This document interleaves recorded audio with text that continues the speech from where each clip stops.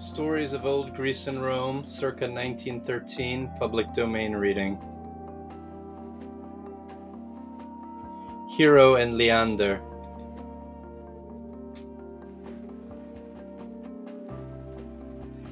In the town of Sestus, on the Hellespont, lived a beautiful maiden named Hero, who was a priestess in the temple of Venus.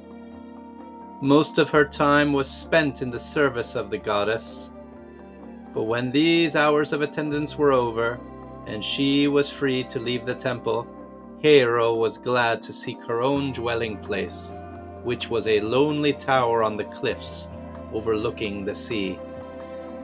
Here the maiden loved to sit, watching the white-winged gulls as they skimmed over the waves, or listening to the breakers as they dashed angrily against the rocks at the foot of her tower.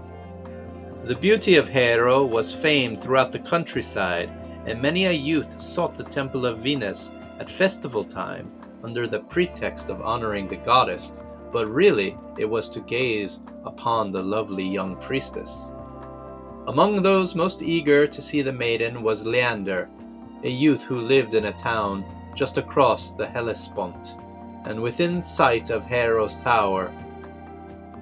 When he joined the solemn procession that came to do homage to Venus, he saw the beautiful priestess and determined to win her in spite of the many restrictions that forbade even an acquaintance with one dedicated to that temple. Ignoring the thought of the inevitable punishment that would be meted out to him if his rash presumption were known, Leander managed to find an opportunity to speak with Hero and to tell her of his love. At first she would not listen to his pleading, but at last she was won by the sincerity of his words, and consented to disregard her sacred vows by receiving him in her tower. Leander did not dare to visit her until nightfall, and as he would have to swim across the Hellespont in the darkness, Hero promised to put a light in her tower so that he might have some beacon to guide him as he breasted the uncertain sea. When night came and Leander stood impatiently on the shore, waiting for the promised signal, suddenly a torch blazed in the distance, and he knew that Hero was awaiting him in her lonely tower. He plunged fearlessly into the waves, and though the current was swift, he struck out boldly and was carried out to its dangerous grip.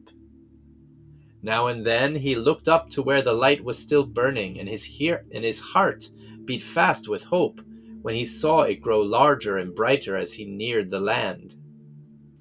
At last he reached the rocks at the foot of the tower, and was soon standing beside the trembling Hero, who had feared each moment to see him sink beneath the waves. The lovers were so happy in being together that each night Leander swam across the treacherous sea, and Hero placed her torch in the tower to light him on his perilous journey. All summer they lived in this idyllic happiness, but when winter came with its storms and its icy hand, Hero feared for her lover's safety and begged him not to venture into the sea.